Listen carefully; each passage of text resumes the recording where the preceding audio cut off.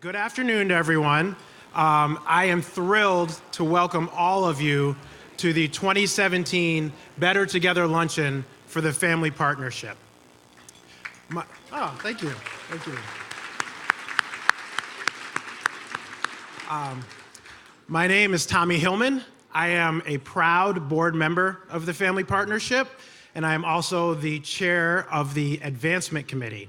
I'm really thrilled for the program that we have in store for you today. It's going to give you a great opportunity to learn more about our organization and the great work that we do to support families in our local communities. Before I get to all that, first, I need to thank all the people that made today possible. I want to start by thanking all of our corporate sponsors. Hopefully you should see them listed on the screen here. Big thank you to our corporate sponsors. They're the reason that we have this great venue to host all of you in today, as well as the great food that you're enjoying. So thank you to our corporate sponsors.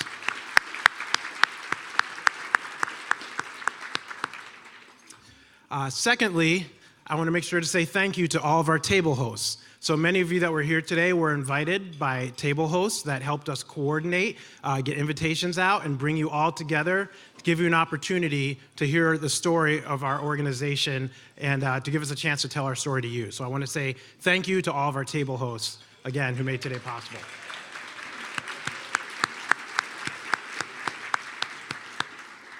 And last but certainly not least, I want to say a special thank you to the committee that put today's program together. So the Family Partnership staff, the board members, everyone else that was involved in bringing today's program together. Let's also give them a big round of applause.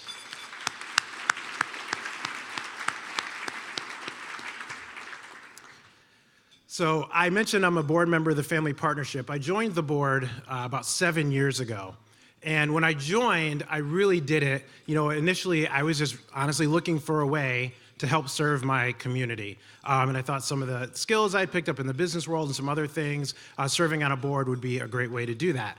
I was drawn specifically to the Family Partnership initially because of their focus on early childhood education.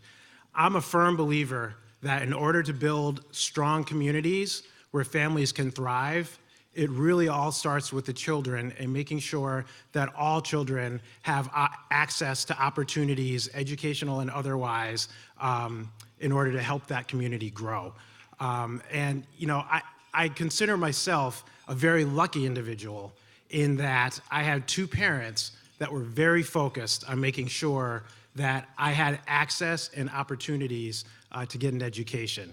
Now, my parents, grew up in the Deep South in Georgia, in small rural towns, in poor families, and it was during the Jim Crow era. So you can imagine they have firsthand experience with what it's like to be denied access to education and to opportunities. So they made it their life's mission to make sure that everything they did was to give myself and my sister an opportunity to have access to education and other things that they weren't given access to.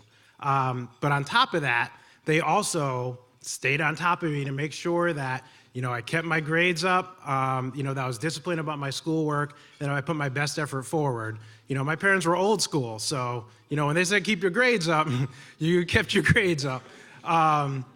They're from the spare the rod, spoil the child era, so, you made sure. Now they're pacifists, now that they have grandkids, but that's a whole other story I won't get into.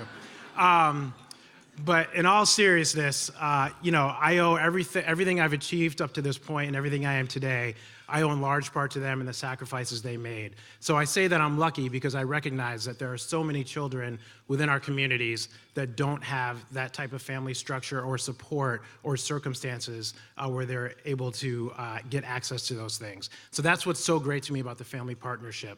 They recognize that a lot of kids in these communities that are economically disadvantaged or have challenging family dynamics, they deal with different issues than other kids deal with, right? And they need services that other kids may not need or may have access to in other ways. And so the family partnership makes sure that none of these children are left behind, and they provide behavioral health and other services to make sure that they can help kids get ready for kindergarten that really need it, that are in these challenging circumstances. So that's what really spoke to me initially. Since I joined the board, I've also learned a lot more about the ways we help families through challenges with mental illness, chemical dependency, victims of sex trafficking, and other ways that really help make the family unit strong and help those that wouldn't have access to services otherwise. So that's why I'm such a passionate supporter and why I'm so grateful to see all of you here today.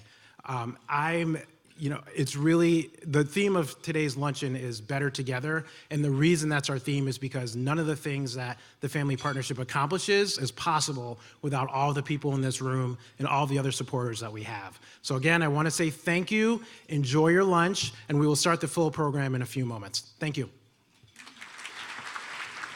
Good afternoon. I'm Molly Greenman, President and CEO of the Family Partnership, and I am delighted to welcome you here today to our annual fundraiser, Better Together, because we are better together. And thank you, Tommy, wherever you are, I think you're up there, Tommy Hillman, for sharing your story and for your incredible service to our board. Really appreciate it. So if you're here for the first time, could you please raise your hand? Don't be shy. Wow, great. Thank you so much for coming. And for all of you returning guests, thank you for your continued support. We couldn't do our work without your contributions and support. And thanks to our sponsors who underwrite the event. Their generosity today makes it certain that every dollar raised in the room today will go directly to our program. So thank you so much.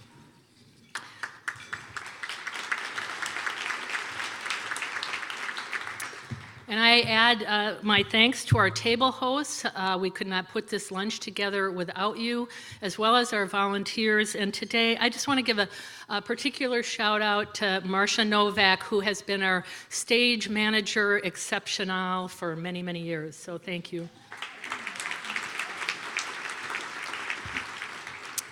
And thanks to our awesome Champion Society members. You will know them by the orange name tag on their badges. These individuals have pledged significant multi-year financial support to help us achieve our mission. And just so you know, you too can join this exclusive group today and have one of these next year. And last but not least, Tommy talked about his family, and I just want to thank my family who's here today, who have been coming to this for so long, including my Uncle John, who's 94, and has been coming since the beginning. So I couldn't do this work without them. That's why I do the work. And for nearly 140 years, the Family Partnership has been an innovative and impactful partner with families, helping them create a path to opportunity and well-being through counseling, education, and advocacy. Today, the families we serve look like this. 4 out of 5 are living in or just a paycheck away from poverty. 3 out of 4 are people of color, and about 1/3 have immigrant backgrounds. And the vast majority are children. Our families also have some of the highest ACE scores in Minnesota. And this is not a test that you want to score 100% in.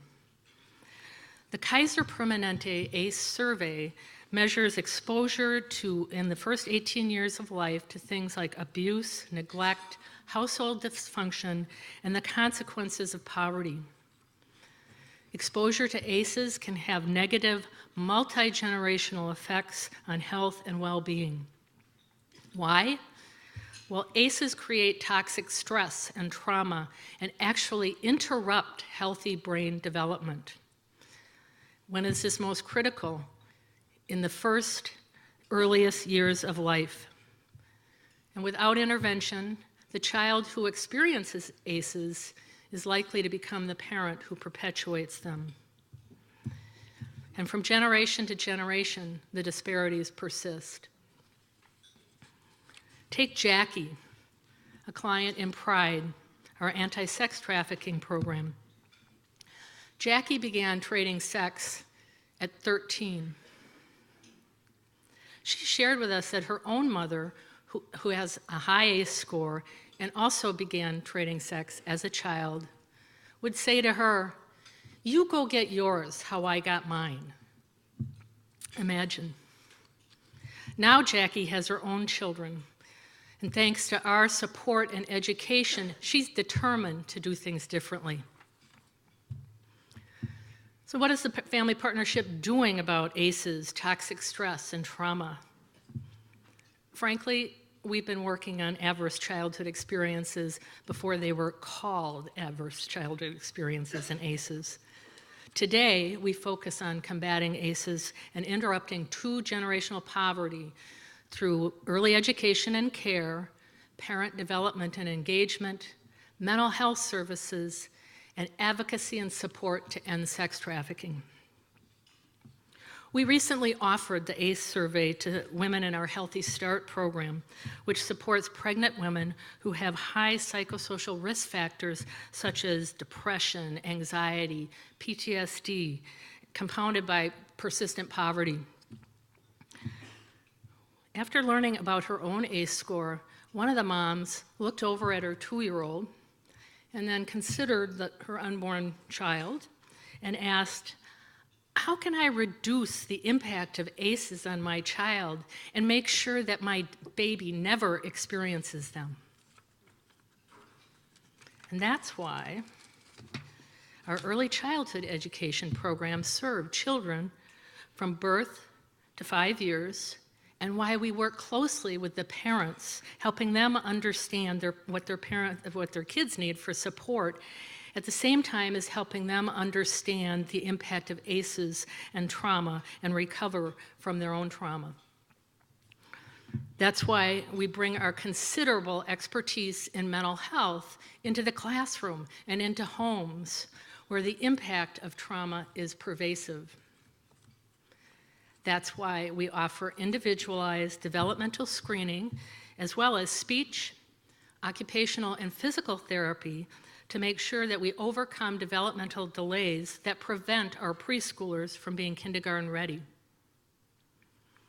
And that's why we partner with many other great community organizations to offer dental and vision care and other housing and just a lot of other really important resources for families. With this integrated and holistic approach, we will interrupt two-generational poverty. All parents want their children to be healthy, to learn how to break through barriers that could be detrimental to their well-being. Our results are impressive. In 2016, 83% of 5-year-olds in our preschools tested ready for kindergarten, compared to only 50% of all Minnesota kids. Yes. 3/4 of families in our program improve parenting skills to build healthy brains and support their child's development. Among 3 to 5-year-olds in our therapy groups, 86% improved their social emotional assessment scores on standardized tests. And in 2016, our Pride program helped 171 survivors of sex trafficking reclaim their lives and futures. In the last 5 years, 75% of survivors fully escaped sex trafficking, a major achievement after years of abuse and trauma. I call this a good start. Now we ask, how can we interrupt the adversity and systemic poverty that is being passed from generation to generation? One way is about educating our adult clients about how to change their own trajectory as well as their child. Now, families in Minnesota face poverty and adversity for many reasons. At the Family Partnership, we provide solutions for families to overcome a chronic lack of resources. But we cannot do this work without your help. We need community leaders, people like you, yes, you, our community leaders, who are concerned about eliminating barriers for families in poverty. Next up, you'll learn more about why ACEs and brain science are critical to achieving our mission. In our video, Lucy describes how 4 Directions, our Ojibwe and Lakota immersion preschool, helped her youngest son overcome developmental delays. And after the video, we are thrilled to have Melvin Carter, Director of the Minnesota Children's Cabinet and former St. Paul City Council member, speak about using Brainchild to he is a brainchild, using brain science to improve educational opportunities and safety for our children. So today is an opportunity to come together and commit to our vision of a Twin Cities where every child, every family, regardless of income or their start in life, reaches their full potential. An opportunity to bolster our resources, to invest in research-based solutions to end intergenerational poverty. Thank you for being here today. Thank you for your generosity, and thank you for helping us build better futures for children.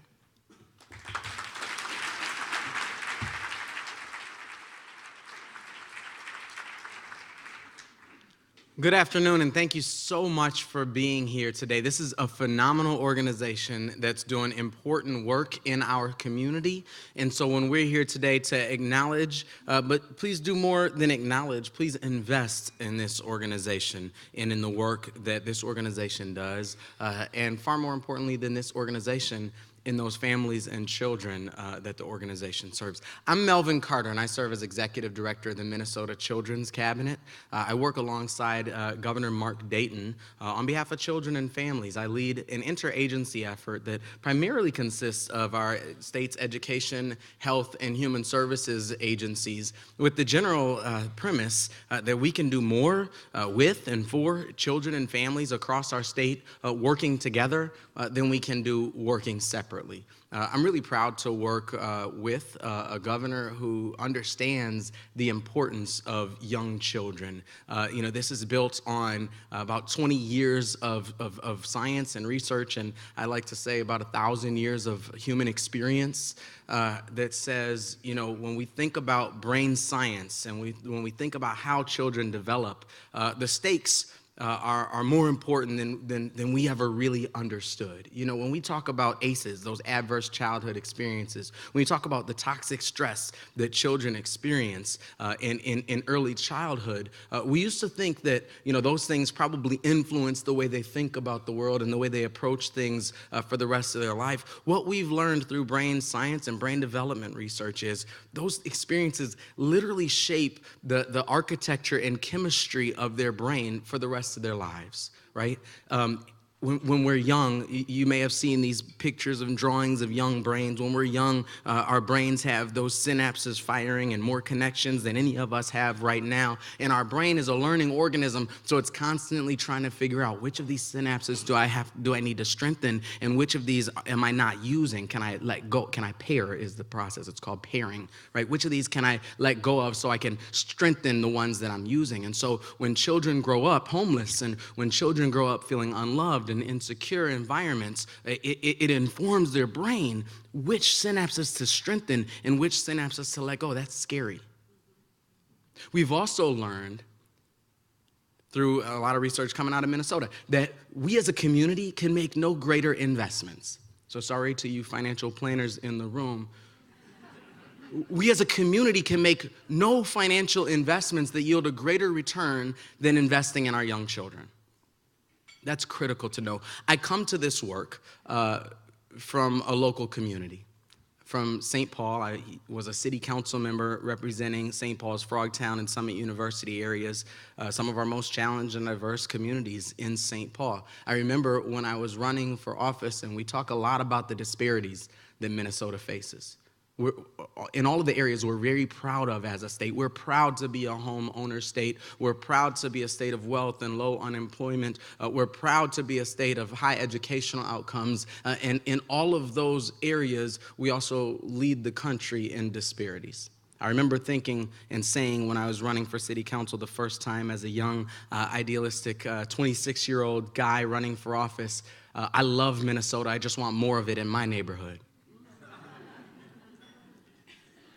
And so we set about with all these bold ambitions for creating jobs and creating housing and expanding transit and expanding economic opportunity in our community. And I would tell people about that. And every now and then somebody would say, well, what about education? What about our kids? And I would explain to them that our schools are run by our school board, which is a separate legal, fiduciary, and political entity. And their eyes would glaze over and they'd walk away saying something very complimentary about me under their breath. There was one mom who didn't walk away at all. She got upset, and she looked at me and yelled, I don't need a civics lesson, I need some help. And that conversation has informed my public service ever since. We started this thing called the St. Paul Promise Neighborhood, which if you understand the work of the Northside Achievement Zone is similar work, but across the river in St. Paul, to say how do we, the word we had in mind was build a campus, right? How do we build our community as a campus? Just like when I was in college, we slept here and we shopped there and we studied there, and it was all intentionally organized to support learning. So we wanted to figure out how to do that. The Northside Achievement Zone is doing that really well with a lot of important support from the Family Partnership. Because what we realize is we're investing in children, we're investing in programs. We have a long history of investing in programs, and for some reason in Minnesota, we get it really, really right for so many children and families and really, really wrong for so many others. And it's so predictable that we can walk through a hospital right now, and if I know what a child looks like, where a child lives, and what that child's parents' educational outcome is, I could predict to you with stunning and tragic accuracy what those children's life outcomes would be before they ever even get a chance. That's not right. It's not right for those children, and it's certainly not right for our state. We got to do better. And doing better means not just doing more of the same. We certainly advocate for more funding streams, and I'm proud to work with the governor and a legislature who's put hundreds of millions of dollars, new dollars into early childhood. I love the governor's proposal right now to add pre-K, to add resources for family home visiting, to add resources for childcare. I think those things are important, but it's not just doing more, it's doing better. And that's taking up that charge that mother told me. I don't need a civics lesson, I need help. We need an approach that makes it easier for people to connect to resources. We need an approach, if we're really serious about children, we need to be thinking about families. If we're really serious about children, we need to be thinking about stable communities. And if we're really serious about making sure our kids are ready for kindergarten, that our kids are prepared to succeed in the future, in life, and in the workforce of the future, then we got to figure out how it shouldn't be a full-time job for their families to connect to the resources that they need. We ought to come up with ways to connect families to healthcare opportunities and to mental health resources and to counseling and to preschool and to all those types of resources that help support family stability. What you have to know is this isn't a new approach. This is a really old approach. Jeff Canada, who's the founder of the Harlem Children's Zone, always talks about how we overthink what poor children need. He always says, we know what children need. Many of us in this room have children. I have children. I know what my children need some days. Others, I have no idea. But in general, we know that our children need a square meal. We know that our children need to know where they're going to sleep tonight. They need stability in life. We know that they need to be able to trust their relationship with a caring adult, maybe more than one, hopefully more than one. We know that they need to be able to have that predictable life that they can be kind of confident and stable in. We know these things. And providing these things around them, just like that mother told me, families' lives don't always organize themselves conveniently into the service buckets that we kind of provide services and provide funding around. That's why an organization like the Family Partnership is so important. Being able to connect families, being able to connect people in a family way, in a two-generation way, right? So that they're able to connect with those resources in a way that's convenient, in a way that's accessible, in a way that's easily to access, in a way that allows them to get back to work or get back to school or get back to learning or just get back to telling their children bedtime stories. That's phenomenal. When we see a video that shows a family like that, that's phenomenal. But 30,000, this organization is doing that kind of work for over 30,000 individuals in our community. I believe the number was 24,000 families in our community. That's transformational. That's what's transformational. It's not just more, it's better. That's what this organization is doing. That's why I've become such a fan of the Family Partnership. When we talk about this comprehensive and integrated approach, it sounds good, but I want you to know that means making it easier for families to be stable, which makes it more possible for children to thrive. That's why this work is so transformational and so important. When we connect the work to advocate for families, the work to educate those children, when we connect all of that work together, that's what we're doing that's what we're trying to do in our individual families, and that's what it ought to mean to be a family, to raise children, and to be a child in St. Paul, in Minneapolis, in the whole state of Minnesota. That's what this work is. So I appreciate you being here. I appreciate you investing in this organization. I appreciate you staying at the table to make sure that as we build our community, as we build this organization, as we build our children, we're doing it with an understanding of both that last 20 years of science and those last 1,000 years of human experience that say this is the approach that works, and this is what we ought to be doing. I'm Melvin Carter, and I really appreciate you being here. Thanks for investing in this organization.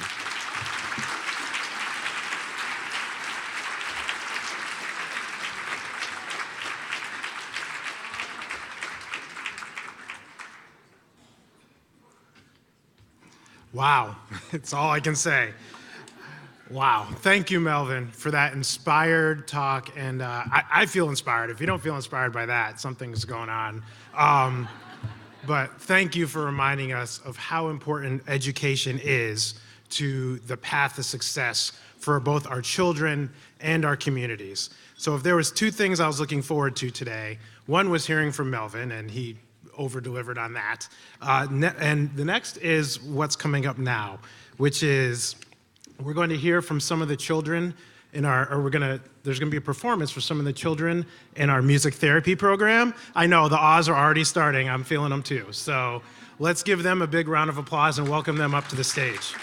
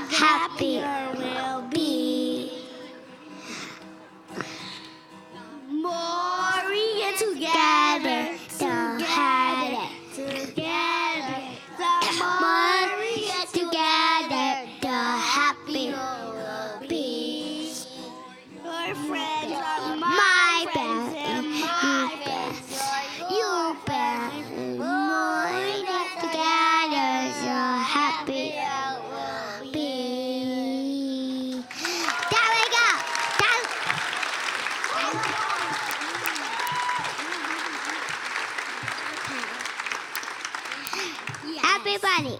Yeah. Okay. Yeah.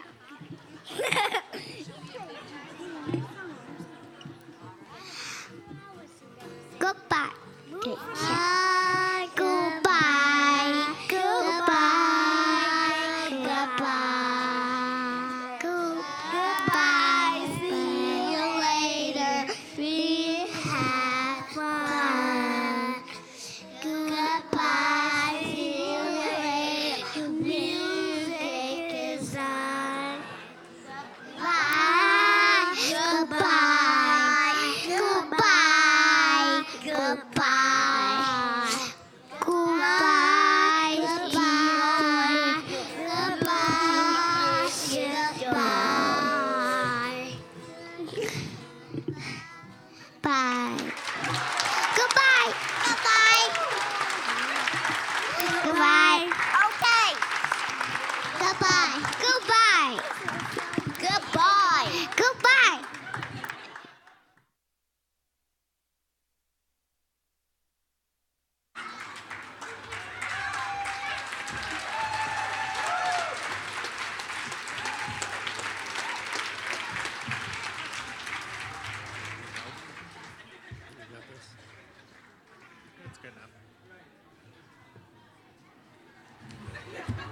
Wow, and I thought Melvin was going to be a tough act to follow. Oh. This is just one other wonderful example of the preschool services that we provide that allows children to absolutely thrive. My name is Paul Melkert. I'm an Alina pediatric hospitalist. This is my husband, James Zimmerman. He's the director of sourcing for Target. We've been married for 11 years, celebrated our anniversary last weekend, and we have a twin 8-year-old sons at home. I've been referring families to the Family and Children's Services and the Ruud Lynn programs, which have since merged to become the Family Partnership since 2000, when I finished medical school. Innumerable families in my care have benefited from the life-changing work that's done by the individuals at the Family Partnership. I was invited to this luncheon 2 years ago to learn more about the Family Partnership.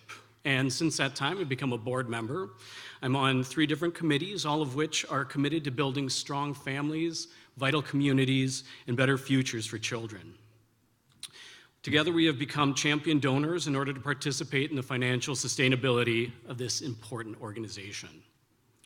As a hospital-based pediatrician, I interact with families that are struggling with not only the medical issues that brought them into my care, but often the financial struggles, their own or their child mental health needs, and other stresses that often accompany families that have poverty and illness.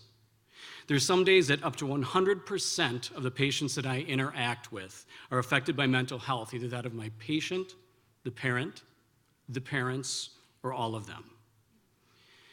What's been very impressive to me over the last few years is at the same time that the Center for Disease Control and the American Academy of Pediatrics were first bringing up the importance of addressing the impacts of the ACEs, the Adverse Childhood Events, that the Family Partnership has been a local leader in this and is also recognized as a national expert.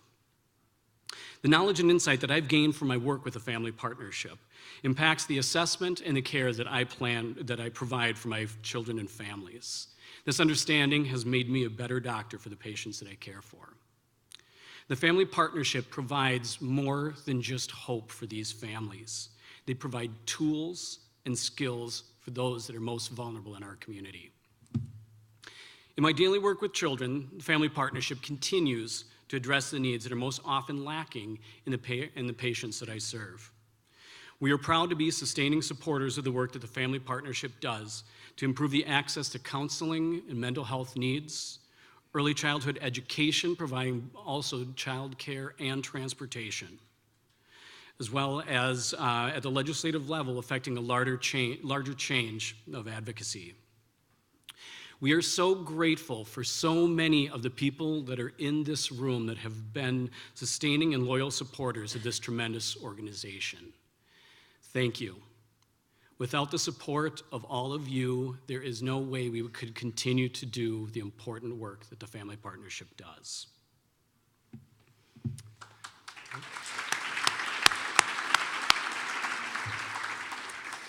I'm sure that many in the room today are aware of the funding cuts recently announced by the Twin Cities United Way, affecting dozens of organizations in our community.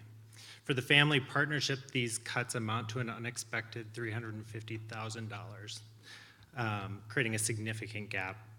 In the current funding environment, organizations like the Family Partnership can no longer depend on traditional sources of institutional support and must look to individuals like all of you to invest in our children and invest in the Family Partnership. In order to incentivize your giving today, two generous Family Partnership donors, Clint Morrison and Kathleen Jones, have created a $15,000 matching gift pool. Two categories of donors are eligible for the matching gift.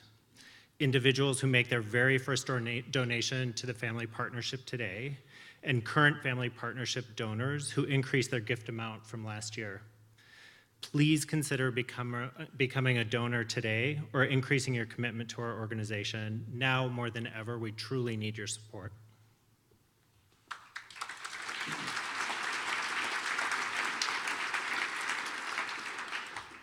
I'd like to once again thank all of our generous supporters for underwriting tonight's event. This is ensuring that every gift that is made today will go directly to programming and services. Thank you also for our table hosts. The people that you brought here will be able to be introduced to our mission, and many more people can impact the ability to continue to do our work. Those that are table hosts, you do have a packet of information. We'd like you to distribute this to your guests at this time. Once again, to all of our guests, thank you for spending this hour with us. Thank you for your confidence in our ability to impact lasting and meaningful changes in our community. Thank you.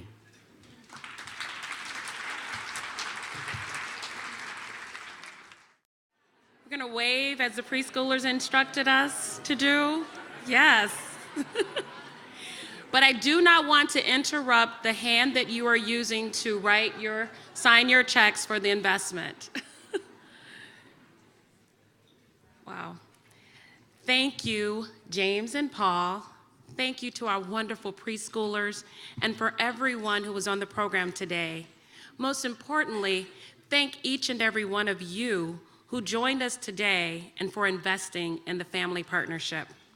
My name is Michelle Edgerton, and it is my privilege to serve as the Chief Advancement Officer at the Family Partnership.